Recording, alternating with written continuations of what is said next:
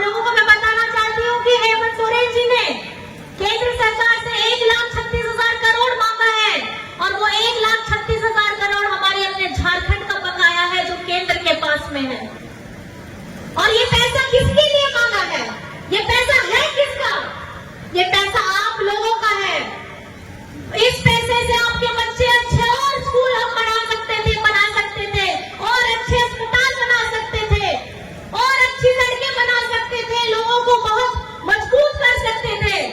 लेकिन हमारे हक का पैसा हम लोगों को कभी नहीं मिलता है, क्योंकि इन लोगों को आंखों में तकलीफ है कि कैसे एक आदिवासी मुख्यमंत्री हमारी आंखों में आंखें डाल करके हमसे पैसा मांगने की जरूरत करता है। लेकिन हम अपना अधिकार मांगते हैं, हम अपने हक का पैसा मांगते हैं कि जो पैसा है हमारे यहाँ से जो खनिज संपदा निकली है उसका रॉयल्टी का पैसा है। और ये यहाँ का अगर जमीन के अंदर से आप सोना खजाना लेकर के जा रहे हैं तो इसका पैसा तो आपको बकाया देना ही होगा। और मैं आप लोगों को ये कहना चाहती हूँ, ये जो चुनाव चल रहा है इस चुनाव में आप अपने यहाँ के झारखंडी मुद्दों को देखिए। यहाँ झारखंडी का हमारा जो मुद्दा है, चाहे स्थानीय नीति को लेकर के हो, पिछड़ों की 27% के आरक्षण की हो, हमारे आदिवासी धर्म कोड की हो, हमारे यहाँ के लोगों को मजबूत करने की हो, मुझे लगता है कि अब ये चुनाव मुद्दाहीन हो गया है।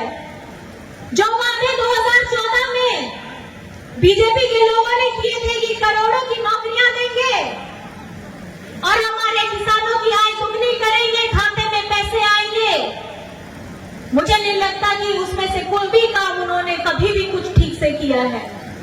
तो मैं आपको चेताने आई हूँ, ये हमारे जंगल जमीन में, हमारे धरती में देखते हैं, हमारे खजानों में देखते हैं, क्योंकि आदिवासी के पास अगर कुछ है तो उसका अपना जल है, उसका अपना जंगल है, वो अपना जमीन है। और हमारे पास जो है हम इसको बचा के रखना चाहते हैं, क्योंकि इसके अंदर में जो खजाना है इस पे गिद्ध नजर पड़ी हुई है केंद्र सरकार की। लेकिन हमारी स्थिति को सुधारने के लिए ये लोग कोई काम नहीं करते हैं। आज ये लोग 80 करोड़ लोगों को 5 किलो अनाज देने का बात कर रहे हैं। मैं आपको बताना चाहूंगी, ये सब चुनाव से पहले ही क्यों शुरू होता है। पिछले 10 साल से आप लोगों ने इतनी चिंता की तो लोगों को 80 करोड़ लोगों को क्यों नहीं आप लोगों ने दिया।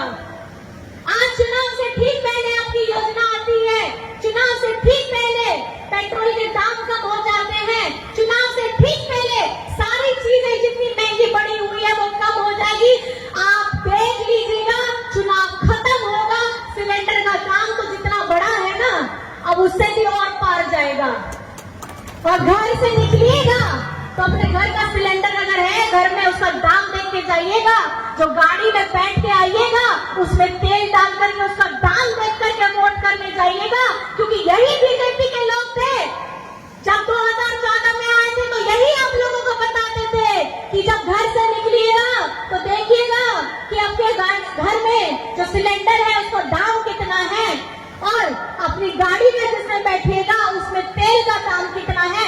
आज मैं आप लोगों को बोल रही हूँ कि घर से निकलते वक्त जरूर देखिएगा कि वो सिलेंडर का दाम कितना है और आपकी गाड़ी में तेल जो डाला है उसका दाम कितना है। और मैं आप लोगों को बताना चाहती हूँ ना, साफ साफ ये लोग एक तरफ बोलते हैं कि हम लोग 80 करोड़ लोगों को अनाज दे रहे हैं। चलिए ठीक है, बहुत चिंता हो गई।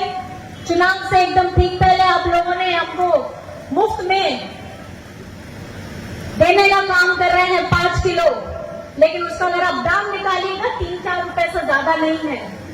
लेकिन ये साथ में बोलते हैं कि हम अगले 5 साल के लिए आपको ये फिर से मुफ्त में देंगे। मतलब कान खोल के सुनिएगा, आप अभी भी गरीब हैं, 80 करोड़ लोग गरीब हैं और आने वाले 5 साल तक आप गरीब ही रहिएगा। इसलिए आप लोगों को 5 साल तक ये लोग बेवकूफ बनाने का काम कर रहे हैं। तो नो सेटेन है, नो औतरे,